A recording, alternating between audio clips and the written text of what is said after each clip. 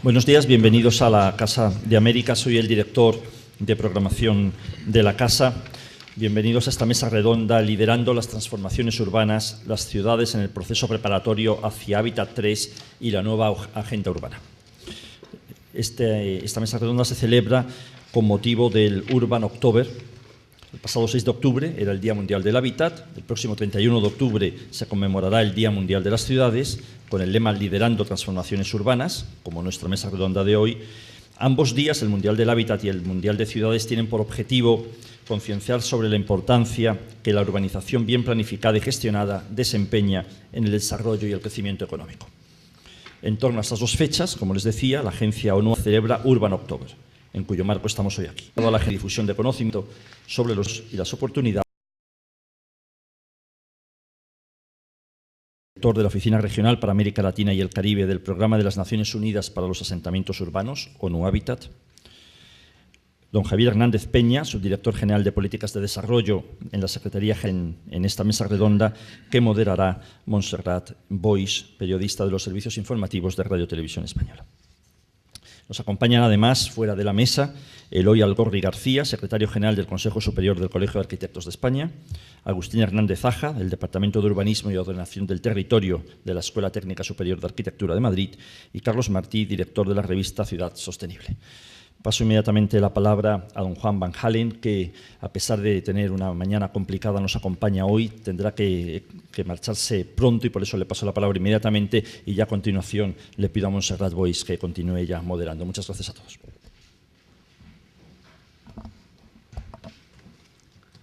Buenos días a todos. José Antonio Ori, nuestro anfitrión, muchísimas gracias por celebrar este evento en la Casa de América, que creo que es el mejor sitio donde podemos hacerlo.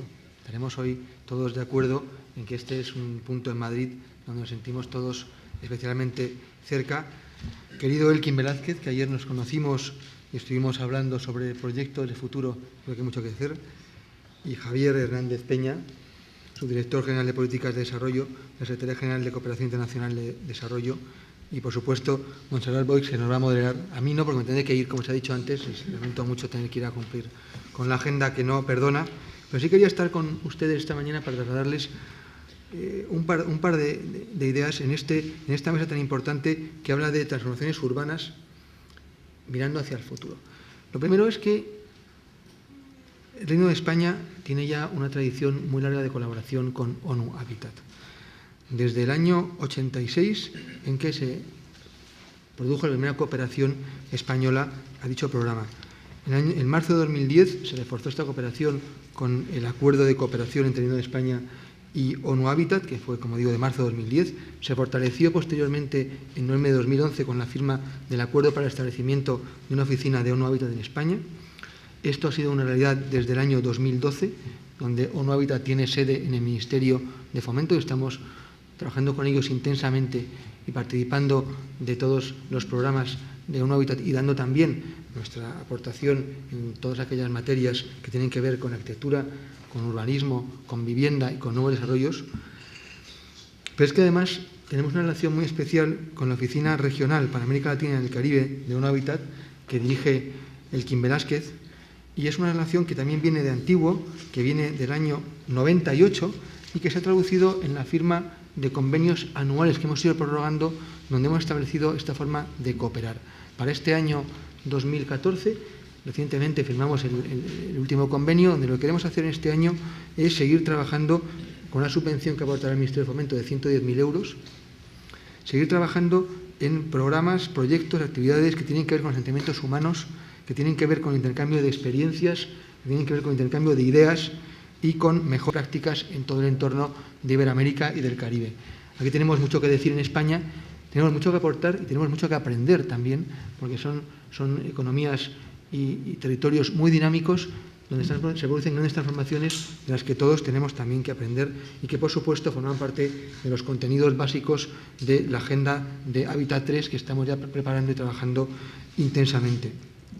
Y, por último, como acabo de decir, el Ministerio está comprometido con Hábitat 3. Hemos tenido diferentes reuniones preparatorias. Como saben, estamos trabajando ya en la nueva agenda urbana y España aportará el informe nacional, el Hábitat 3, donde se ponen de manifiesto una serie de realidades de las que simplemente quiero apuntar algunas cuestiones que tienen que ver con el foro que hoy nos ocupa. Hablamos de la importancia de liderar transformaciones. Y es verdad que el gran reto que tenemos ahora mismo en las ciudades es promover sociedades económicas, social y ambientalmente sostenibles. Y en esto la ciudad juega un papel importante. Fíjense que si la ONU nos está confirmando que a nivel mundial la tendencia es imparable, ahora mismo el 50% de la población mundial, el 50% vive en ciudades, y se espera que dentro de 20 años viva el 80%, pero es que en España ya hemos llegado a eso. Con los datos que tenemos ahora mismo en la mano, en los últimos 20 años se ha producido un proceso de concentración de las familias, de las personas en territorios muy concentrados. El 20% del territorio español acoge hoy a la mayor parte de la población y el 79,1% de la población vive en municipios de más de 10.000 habitantes. Es decir, que la ciudad es sin duda alguna el protagonista indiscutible de los grandes cambios y nos da una oportunidad para contribuir a estas transformaciones sociales y para ayudar a generar entornos, lo hablábamos ayer, más inclusivos. Todos sabemos dónde se generan los entornos de exclusión social, de problemática de pobreza en las ciudades, y son entornos con los que queremos acabar a través de instrumentos de planeamiento potentes, a través de un enfoque sobre la ciudad teniendo en cuenta todas las interdependencias. No voy a entrar en mucho más detalle, se lo dejo a la subdirectora, que seguro que luego podrá amenizarles con todo el detalle. Sí quería participarles una reflexión que es importante. En España estamos, desde el Gobierno de España, desde el Ministerio de Fomento, trabajando en una transformación que es importante en todo lo que tiene que ver con el urbanismo y tiene que ver con la vivienda, que es un punto central de ONU Habitat.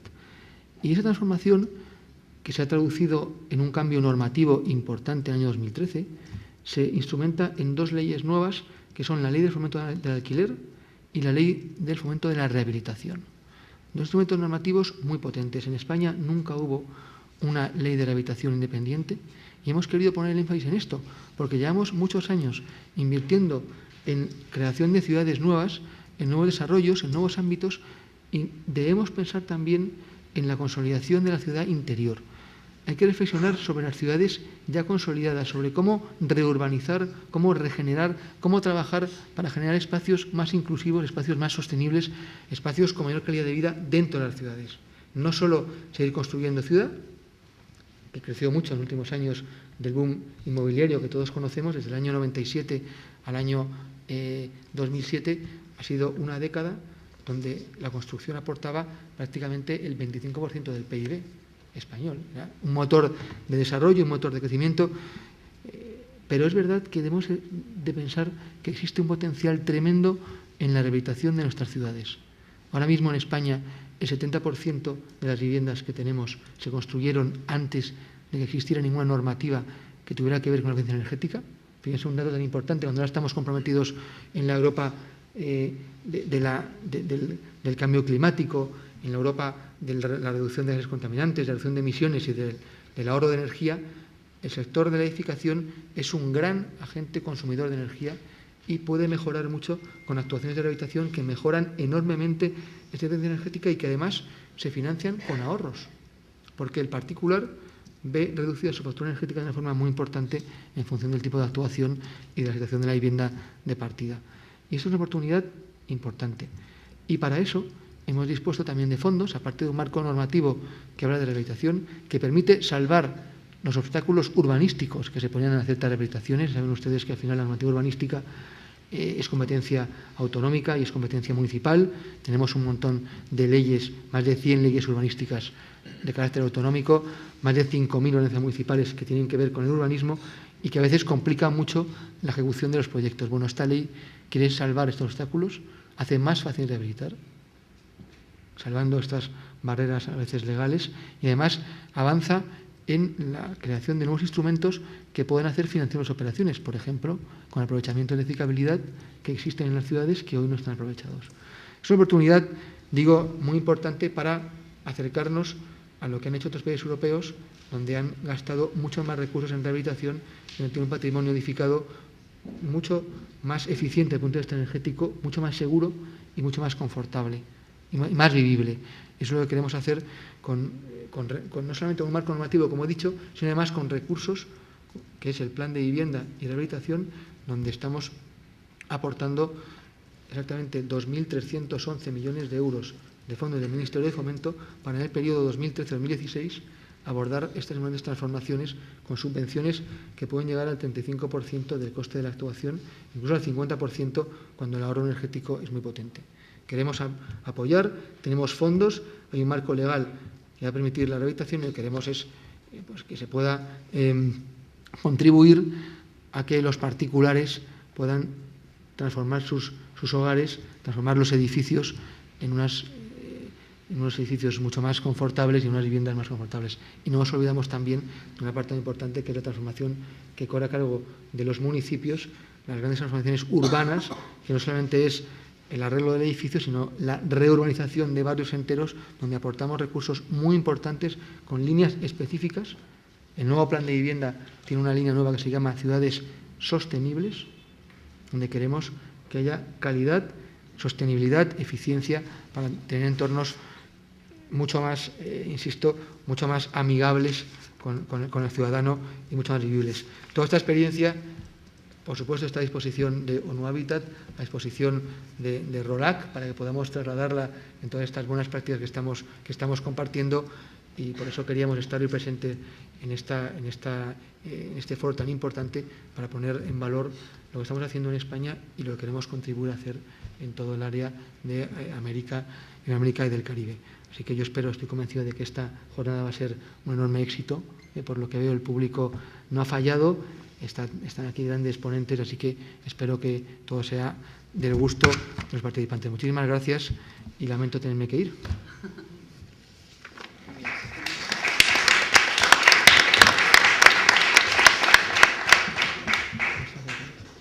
Pues entonces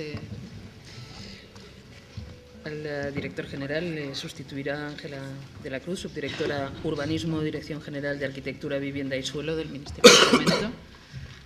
Y empezamos. Bueno, gracias por la invitación a moderar.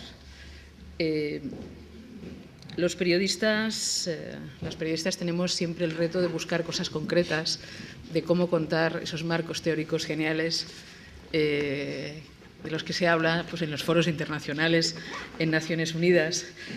Escuchando una entrevista de la próxima persona que va a intervenir, Elkin Velázquez,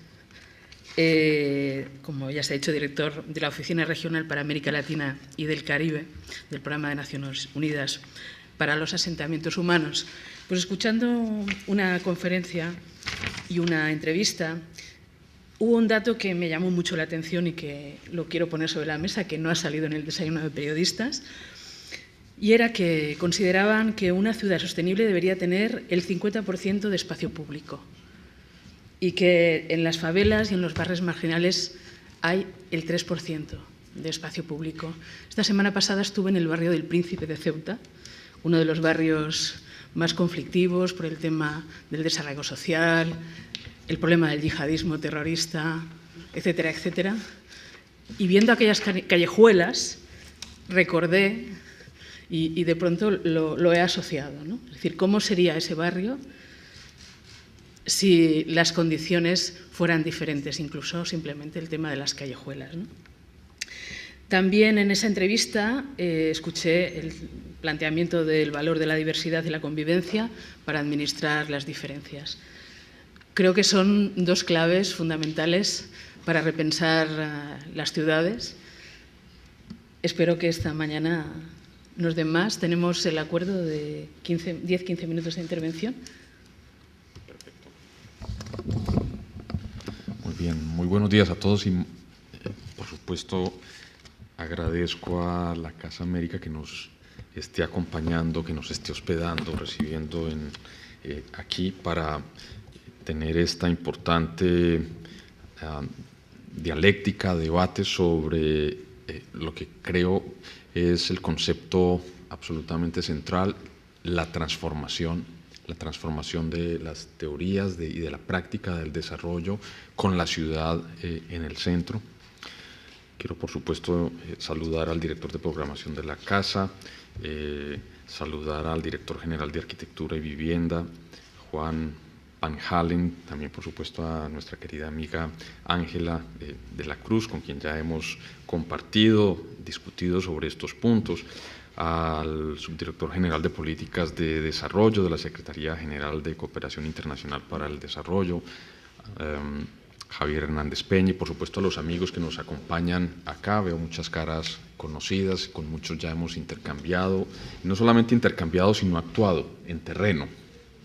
Cuando ONU Habitat plantea discutamos sobre transformación, es por supuesto discutamos a todos los niveles, al nivel de los mensajes globales que necesitamos seguir enviando, que necesitamos seguir impulsando, empujando, pero también a nivel de cómo actuamos, cómo traducimos esa idea general de transformación a la realidad.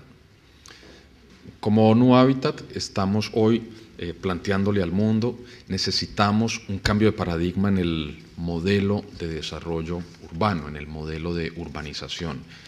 Y por supuesto, cuando estamos en África o en Asia, ese modelo tiene que tomar una orientación específica, acorde con no solamente los aspectos culturales, sino también acorde con la situación del urbanismo y del estado de la urbanización en estos continentes. En África estamos en el 30% de urbanización en promedio, en Asia en el 50% de urbanización en promedio.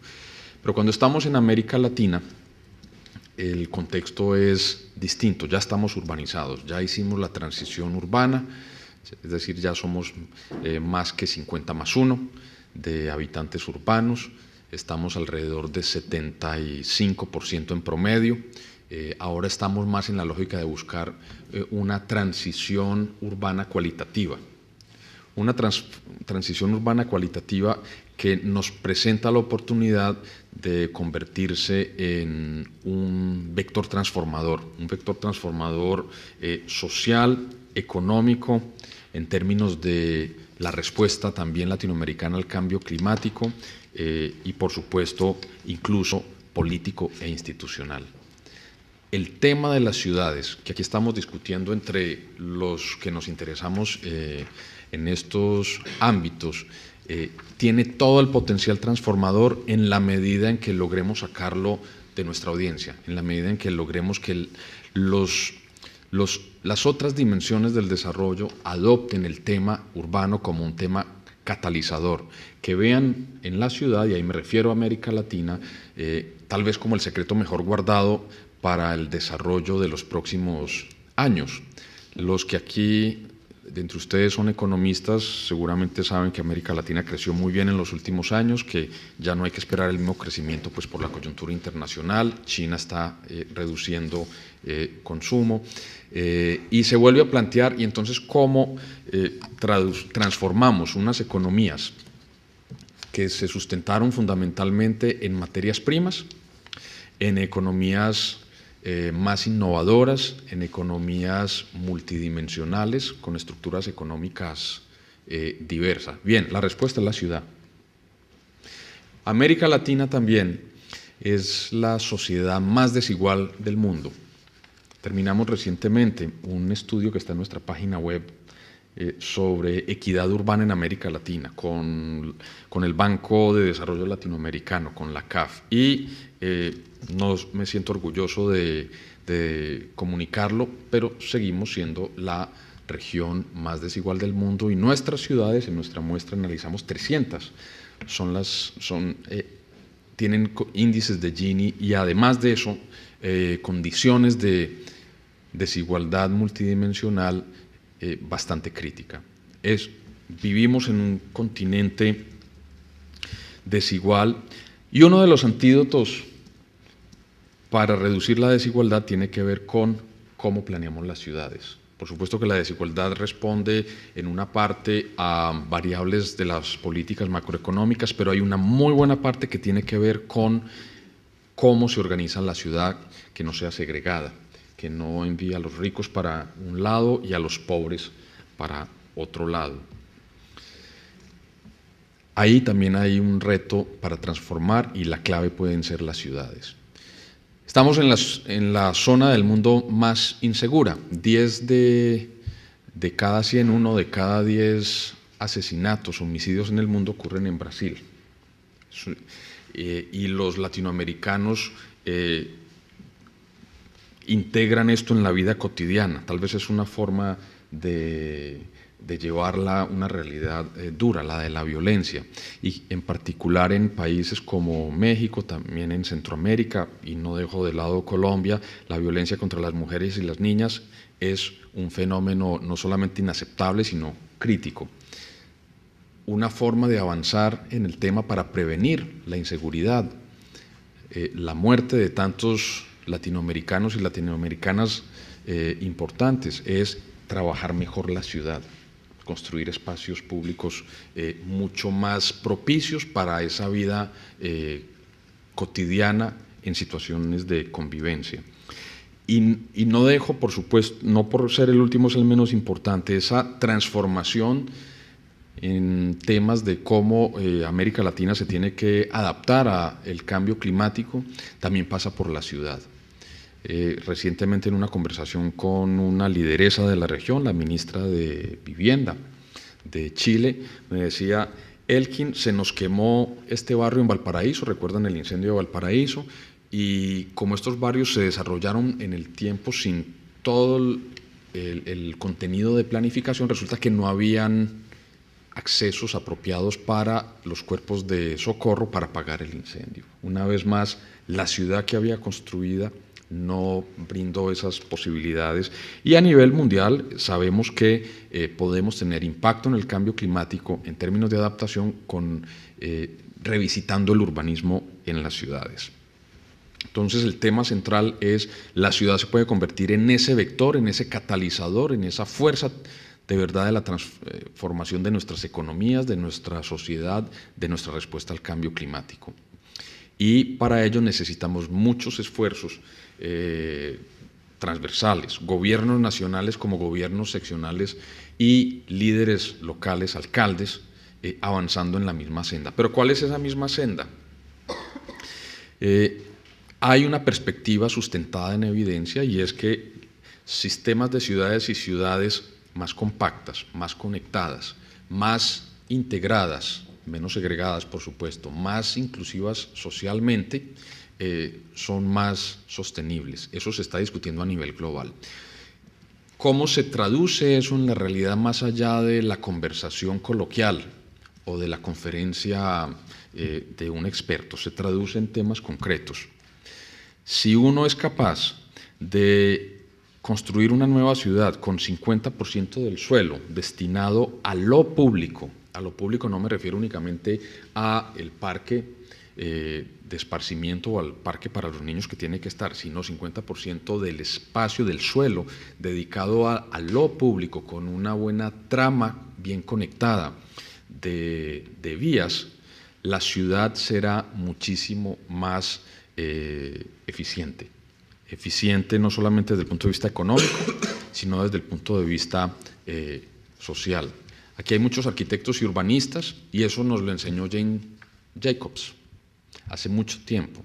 Esa ciudad es la que facilita que compartamos la ciudad. Solamente compartiendo la ciudad es que somos capaces de construir convivencia y de reducir la predisposición de un territorio a la inseguridad. Y tiene que ver con ese pequeño indicador. Entonces hoy estamos, ya lo había dicho la investigadora norteamericana, nosotros lo hemos medido y muchos otros investigadores lo han medido. Entonces estamos dedicados hoy con la Universidad de Nueva York a evaluar en el mundo cómo están las ciudades, para tener un punto de partida, un zócalo, una línea base para empezar a medir el impacto de todas las otras políticas que siempre llamamos urbanas y que suelen ser sectoriales, pero no necesariamente conectadas a una visión de ciudad, cómo tenemos impacto en recuperar, cuando ya estamos construidos urbanamente hablando, o desde el punto de vista urbanístico, ya estamos en el 75%, y me refiero a América Latina, cómo podemos recuperar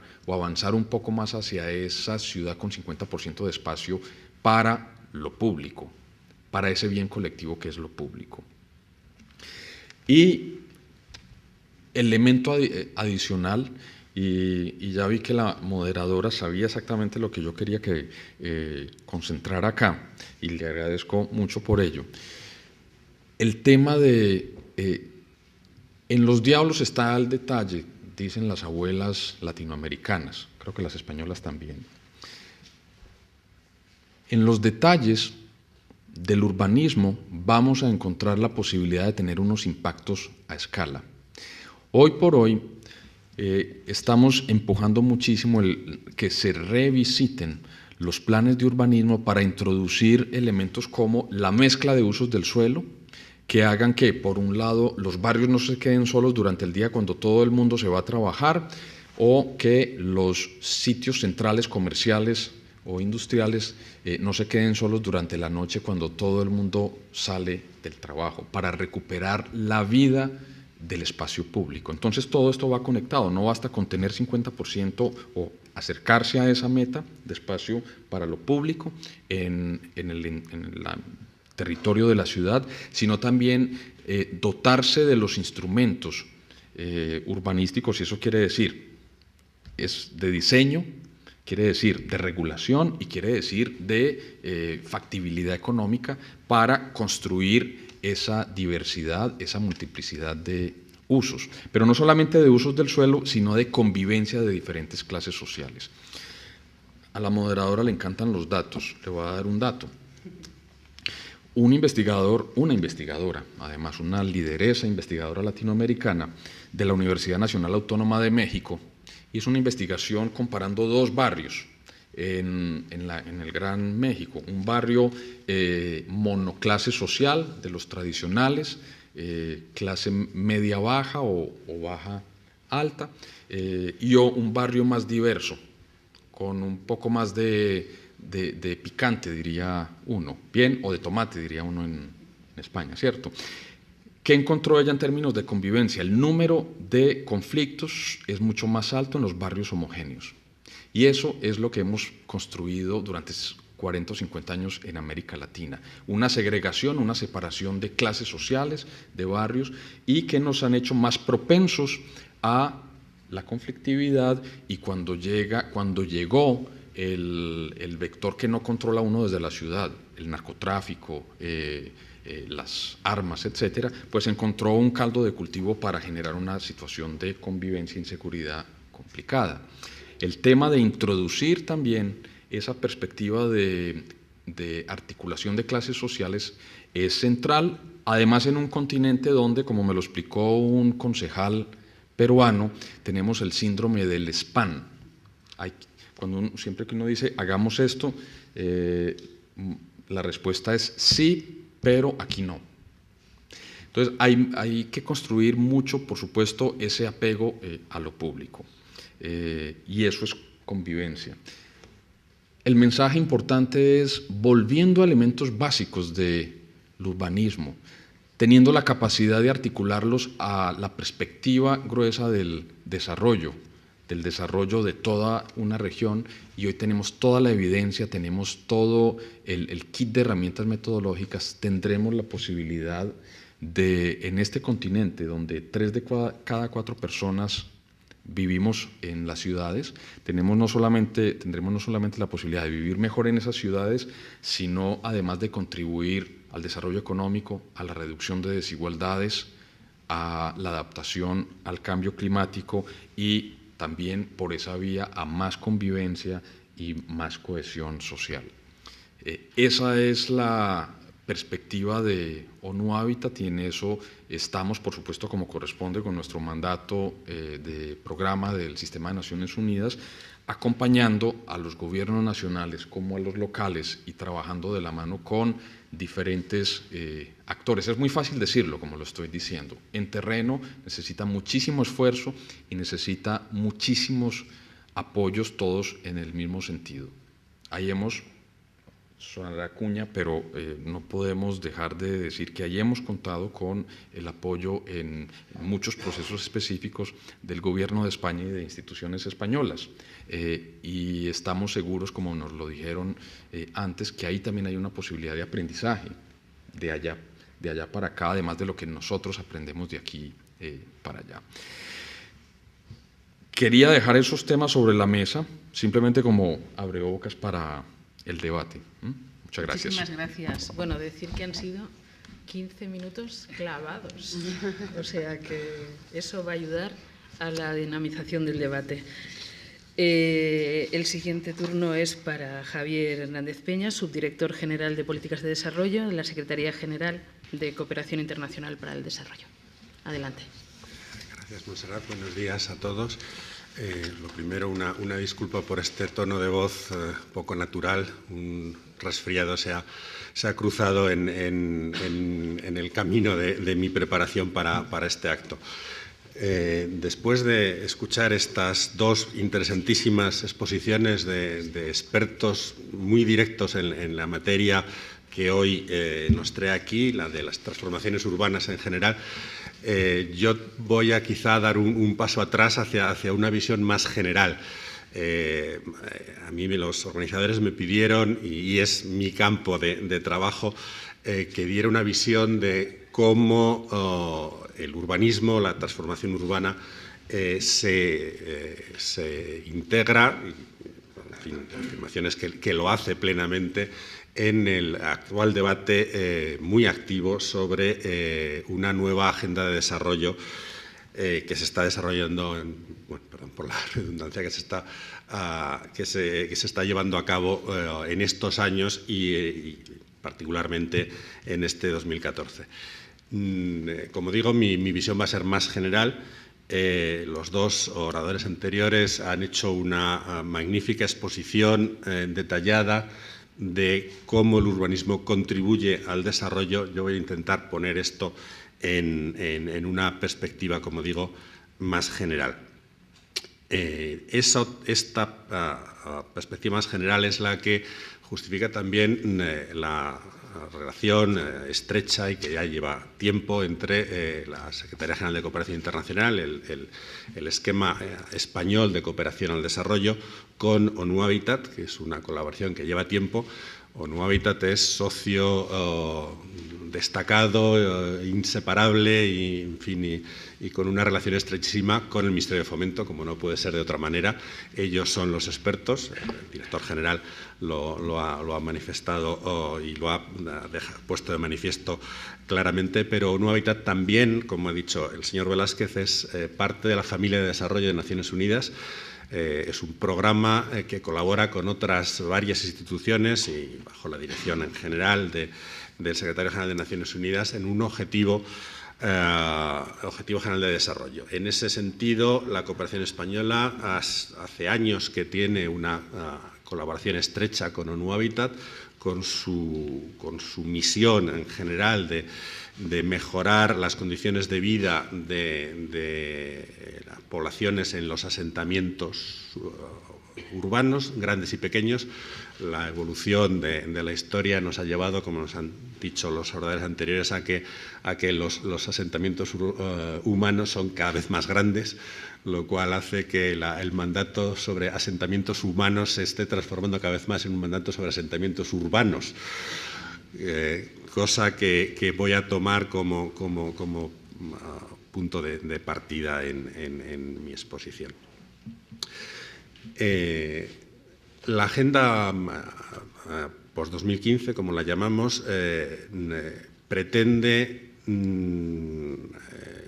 elaborar y acordar un nuevo marco general de política de cooperación y desarrollo para toda la comunidad internacional al final del periodo en el que todavía nos movemos, que está marcado por la Declaración del Milenio. El efecto 2000 fue importante también en este campo internacional de la cooperación al desarrollo, y se plasmó en una famosa Declaración del Milenio que estableció unos famosos también y muy exitosos, a pesar de que no se hayan cumplido completamente, pero aún así creo que los podemos llamar muy exitosos, Objetivos de Desarrollo del Milenio, ODMs, que se ponían 15 años de margen para su cumplimiento. Como digo, no se han cumplido.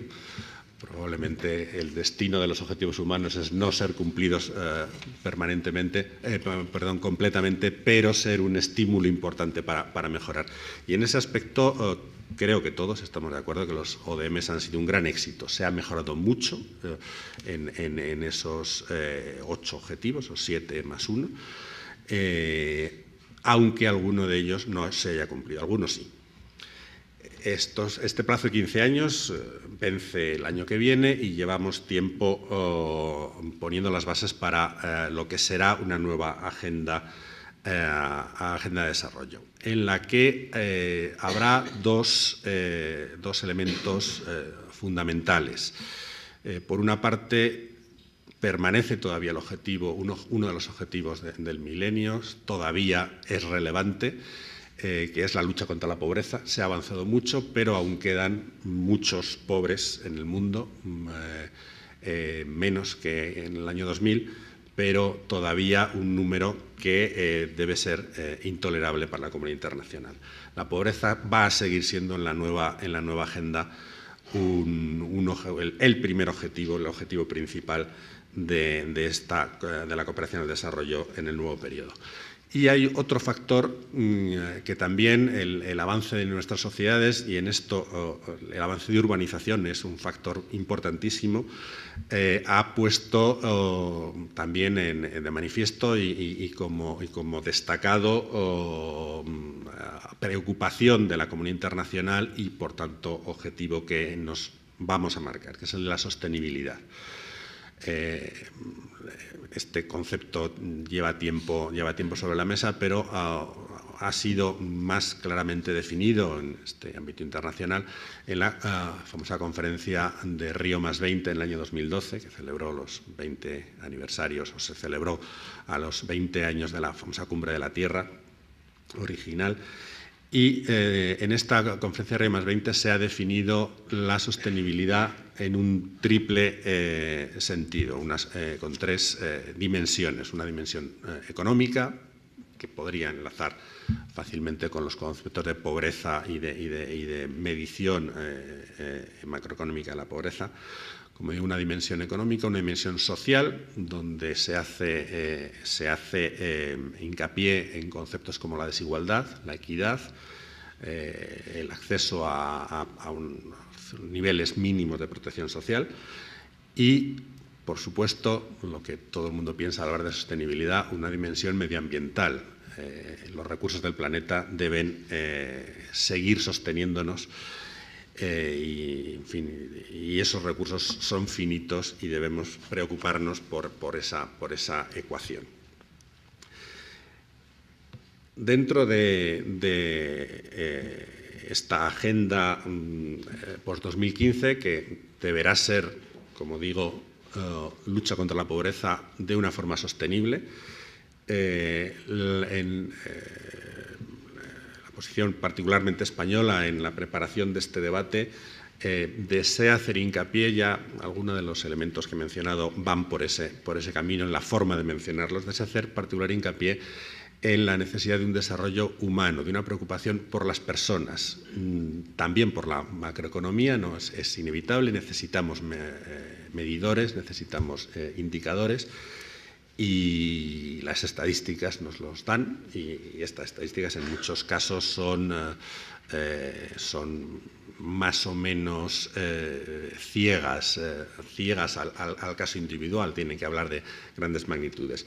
Pero España desearía que esta agenda de desarrollo fuera una agenda muy centrada en las personas, de un desarrollo humano, en la que ponemos un particular énfasis en este concepto que he mencionado antes de la equidad, de la lucha contra las desigualdades. El señor Velázquez nos hablaba de los índices de desigualdad en América Latina en concreto, que son grandes, esos son objeto de una gran preocupación para nosotros. Estos 3 factores, pobreza y sostenibilidad, entendiendo la sostenibilidad en sus tres dimensiones, convergen particularmente en las ciudades. La urbanización ha sido un fenómeno creciente, los datos nos los acaban de dar, ya más que la mitad más uno, como ha dicho el señor Velázquez, de los habitantes del planeta Tierra vivimos en ciudades, y es en ese entorno donde deben atenderse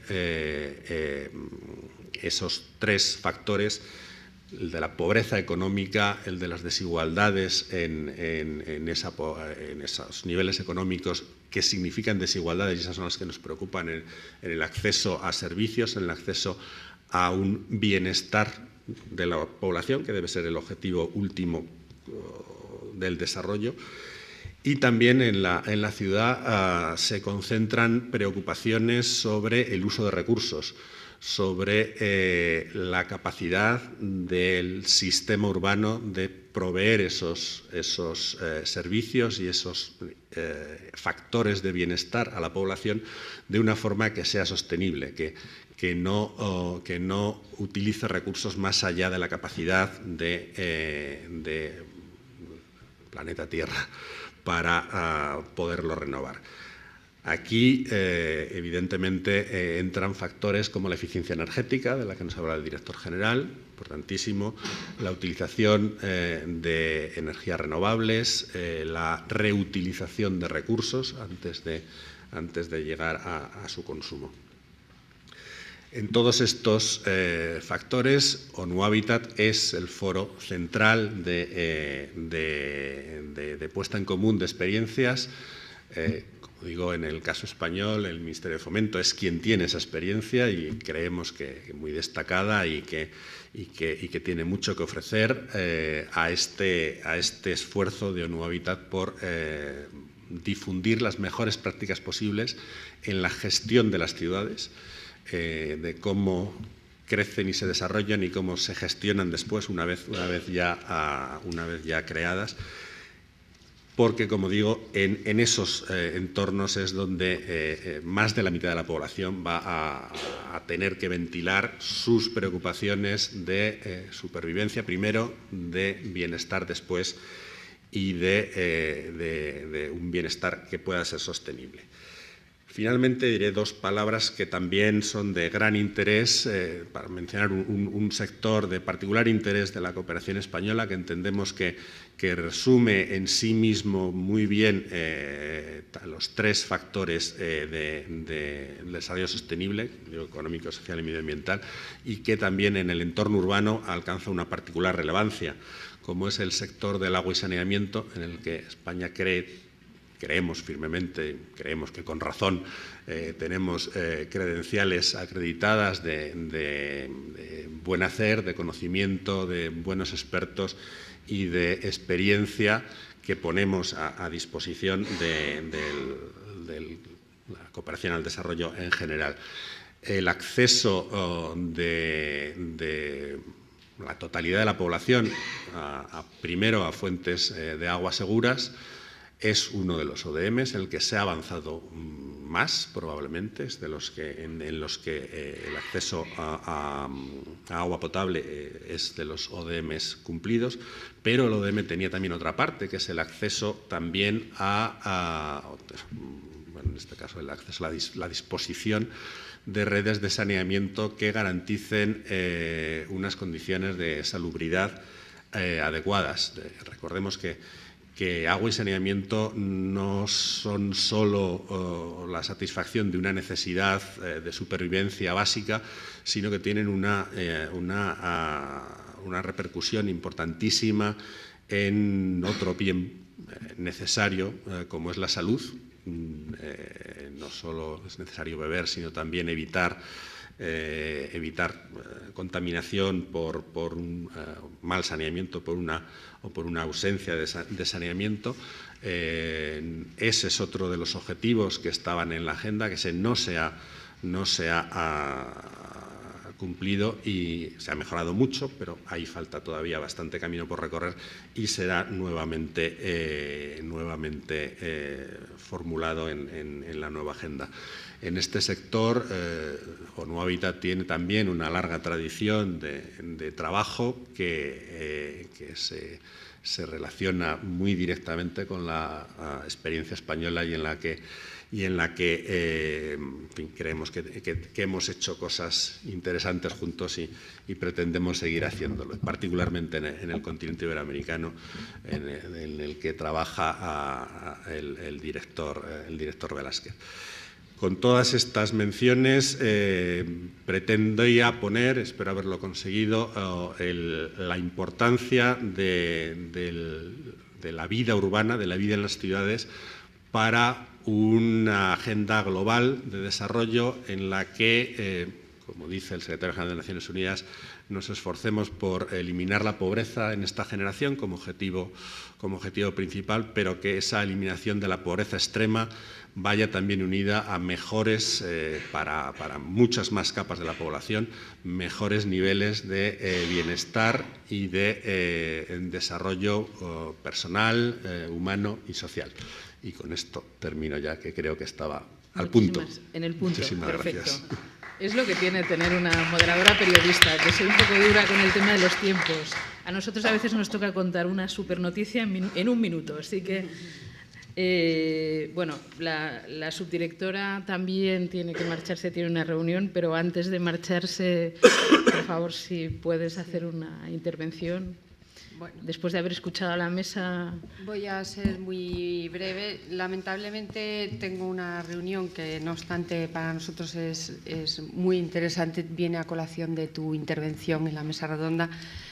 Tenemos una reunión en el Ministerio de Defensa porque tanto Ceuta como Melilla están revisando sendos planes generales que son ya muy antiguos y están tratando de tener una planificación para los próximos años de ambas ciudades que tienen, como tú bien has comentado, serios problemas. Y quizá yo aquí quería, porque tengo que marcharme corriendo, ser algo provocadora con el dato que tú has dado. En Ceuta y en Melilla hay sendos barrios donde... digamos que la anarquía ha producido que exactamente con el mismo régimen normativo, con un régimen normativo que en España es tremendamente generoso con las dotaciones, con los equipamientos, es decir, que ese porcentaje al que tú aludías, ya la legislación urbanística española garantiza que nuestras ciudades, como mínimo un 40% del suelo bruto que se aporta a una reparcelación son suelos que van a destinos públicos, dotaciones y equipamientos de todo tipo, trama viaria, sistema general de zonas verdes, de espacios libres. Bueno, pues en unas ciudades donde la normativa que se aplica es exactamente la misma, en determinados barrios esas dotaciones y equipamientos se producen, en otras, a consecuencia de las actuaciones irregulares y la falta de control a lo largo de mucho tiempo, es la que provoca esta situación, ¿no? Y digo que yo quería ser en este sentido provocadora porque quizá en España tenemos que mirar ahora dos elementos importantes. Uno, a nivel preventivo tenemos todo lo que se puede tener, un sistema normativo tan amplio y tan complejo que ya llega a un punto en que ni siquiera sabemos cómo aplicarlo. Un sistema de planificación que cuenta con una historia tremenda y que nos ha ayudado durante mucho tiempo a generar unas ciudades que son paradigma en el mundo entero de ciudades bien equipadas, vividas por la ciudadanía, magníficos ejemplos en ese sentido, ¿no?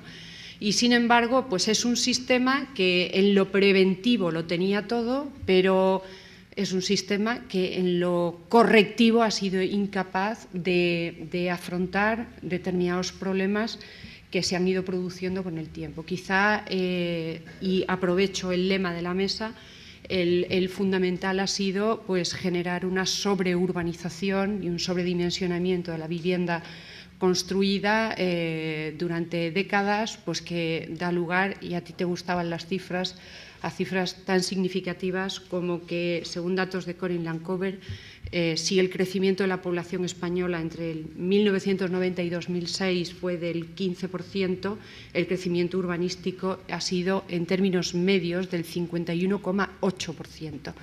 Es decir, que teníamos una normativa que se supone se basaba en la planificación y, sin embargo, ha sido una normativa y un sistema de planificación que no ha sido capaz de acompasar la oferta con la demanda, es decir, lo que de verdad necesitábamos, ¿no? Y, por otro lado, que tenemos efectivamente un sistema con, como decía el director, entre leyes y decretos, normativa, casi 100 normas en todo el país de suelo, urbanísticas, tenemos todo un sistema magnífico y tenemos luego la mayoría de los municipios con más de 10.000 habitantes tienen, por supuesto, su planeamiento de carácter general, sea un plan general, sean normas subsidiarias y más de 5.300 ordenanzas de edificación y, sin embargo, somos incapaces de evitar pues, que en una ciudad, por ejemplo, las actuaciones, digamos, al margen de ese planeamiento provoquen que se generen barrios como El Príncipe o barrios como La Cañada de Idún, ese tipo de barrios, ¿no? Entonces, como decía, como tengo que marcharme, simplemente dejo en la mesa, por si sirve para el debate, que aprendamos de los errores, que nos dan una oportunidad magnífica y que en ese sentido a la prevención siempre tiene que haber el control y la corrección de lo que está ocurriendo. Es decir, no podemos tener mucho a priori y no tener absolutamente nada ex post.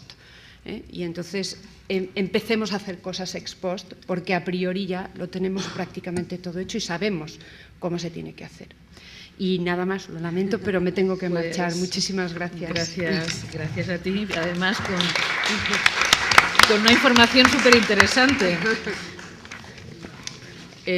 Bueno, antes de pasar al debate, vamos a escuchar las intervenciones en la filacero. Empezamos con Eloy Algorri García, secretario general del Consejo Superior del Colegio de Arquitectos de España. Poco puedo intervenir porque en realidad no me habían avisado que... 2-3 minutos. Titulares. Titulares. Bueno, estoy aquí con mi amigo Agustín Hernández Zaha, que nuestra primera peregrinación profesional fue ir a ver a Hassan Fathy, al Cairo. Es decir, que podemos acreditar un interés histórico en estos asuntos, ¿no? Hassan Fathy, el arquitecto egipcio que publica aquel libro en los años 70. El micro no sé si funciona. Ha llamado Arquitectura para los pobres, en el título inglés, ¿no? Es decir, que yo debo reconocer que personalmente, individualmente, conozco muy poco del ámbito latinoamericano, la vida me ha encaminado a otros ámbitos, pero sí hemos mantenido, y lo digo casi colectivamente, me acuerdo de aquel grupo de amigos de la Escuela de Arquitectura que acabamos la carrera más o menos en el mismo periodo, una preocupación por estos asuntos. Hablo a título personal más que institucional. Creo que institucionalmente sería ahora difícil hacer un discurso en 3 minutos, ¿no? A título personal me llama la atención, y no es un tema para el debate, que hay una cierta producción teórica y doctrinal que parece que se ha olvidado y que estaba hace ya muchos años. Hablo de Hassan Fathy, por ejemplo, que ha sido imposible que en España haya una edición española de su libro. Creo que la hay en Nicaragua, pero en España no la hay. Hablo de John Turner, por ejemplo. Una serie de personas que hace 35 años, cuando ya acabé la carrera, eran el ámbito doctrinal que reflexionaba sobre asuntos que hoy están, que en aquel momento eran pioneros y que hoy están sobre la mesa, y los veo muy olvidados. No entiendo por qué, porque creo que estaban planteando cuestiones que hoy son de plena actualidad. Es la reflexión que se me ocurre. A título personal, Eloy Algorri, no secretario general del Consejo. Muchísimas gracias. Bueno, pues turno de Agustín Hernández Zaha. Bueno, yo no voy a hablar del pasado como Eloy, porque nos llevaría a grandes problemas. Vamos a ver, bueno, yo creo que estoy aquí como Escuela de Arquitectura de Madrid y como UPM, realmente porque llevamos desde el año 96 colaborando con Unión Habitat, manteniendo, gracias al apoyo del Ministerio de Fomento, o los distintos nombres que ha tenido el Gobierno de España, de la base de datos de buenas prácticas para un futuro más sostenible, traducidas al castellano. Aquí hay personas que han trabajado más en ello. Entonces, quiere decir que sí que existe una implicación de nuestra universidad y de nuestro departamento y nuestra escuela hacia ello. Pero a mí, yo lo que sí querría es recoger un poco más el reto del director Velázquez en el señalar la oportunidad que tiene Hábitat 3 en el 2016. Yo creo que no se ha señalado suficientemente aquí que estamos en un cambio de umbral planetario muy importante. Estamos tanto en la urbanización del planeta, también se ha señalado levemente la escasez de recursos del planeta. Entonces, quizá hemos hablado también del desarrollo humano. Yo creo que muchos de la sala conocemos el trabajo de Antonio Rizal, de Masneff, el desarrollo a escala humana, el concepto de satisfactor para resolver las necesidades. Entonces, las ciudades, desde ese punto de vista, serían los metasatisfactores, ¿no? Yo creo que en ese sentido es importante porque va a tener que dar satisfacción a la crisis ambiental, a una reordenación cultural, mental de los seres humanos que vamos a pasar ya a vivir de una manera quizás más compleja, ¿no? Solo urbano, ¿no? Con todas las dificultades que tienen, y por supuesto el reto de mantener unas mínimas condiciones de vida que va a haber sobre eso. Condiciones de vida en las que el desarrollo no puede ser el incremento de cosas, sino que el desarrollo va a ser la mejor utilización y el reparto de las cosas, ¿no? Entonces yo creo que es muy interesante esa anotación que ha hecho el director a los bienes públicos, entonces los bienes públicos que recogen las calles, que a todo el mundo se le olvidan que son un bien público por excelencia, los espacios libres y los equipamientos públicos, que son esos bienes públicos que se han citado. Entonces, creo que hay que hacer hincapié en difundir lo más posible Hábitat 3, porque va a ser un punto importante en un momento en el que en el umbral de las crisis se van a juntar ahí, ¿no? Y en cualquier caso también apoyar la labor que se hace desde el Comité Nacional Español de Hábitat, que yo creo que tenemos que apoyar lo más posible para que todos esos trabajos que se difundan de aquí al 2016 continúen. Gracias.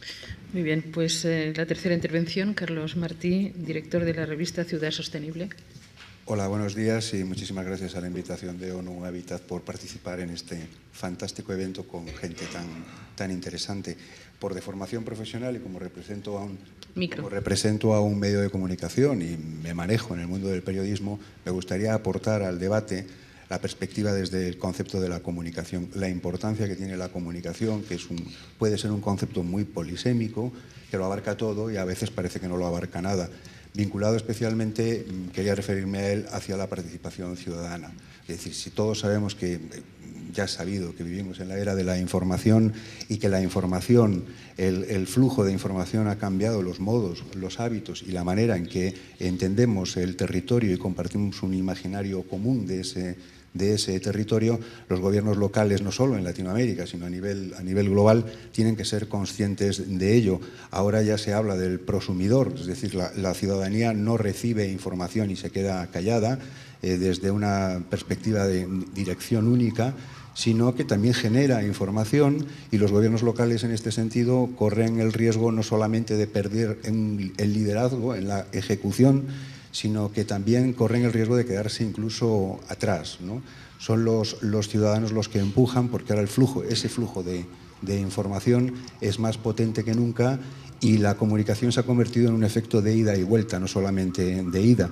Y en este sentido, ya termino, creo que los gobiernos locales han de reforzar la comunicación como concepto transversal en todo tipo de planificación urbana, no solamente por el hecho de la visión participativa de contar con los ciudadanos, sino también para reforzar la transparencia, la inclusión y para hacer entender al ciudadano que forma realmente parte de esa transformación urbana.